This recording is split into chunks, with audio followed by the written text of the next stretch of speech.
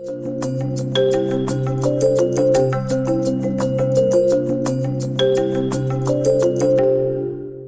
biblically, miracles happen when people move. Very rarely do bench warmers see miracles. Very rarely. You know, when you read the Bible, it's when people act in faith and do what God has called them to do. The blind man who is Jesus puts mud on his eyes and said, go wash in the pool of Siloam. Well, if he'd have stayed there with mud on his eyes and sat down, he'd have never seen the miracle. But he goes and washes. When he does, he sees a miracle. The 10 lepers who Jesus says, go report to the priest. On their way to reporting, they see the miracle.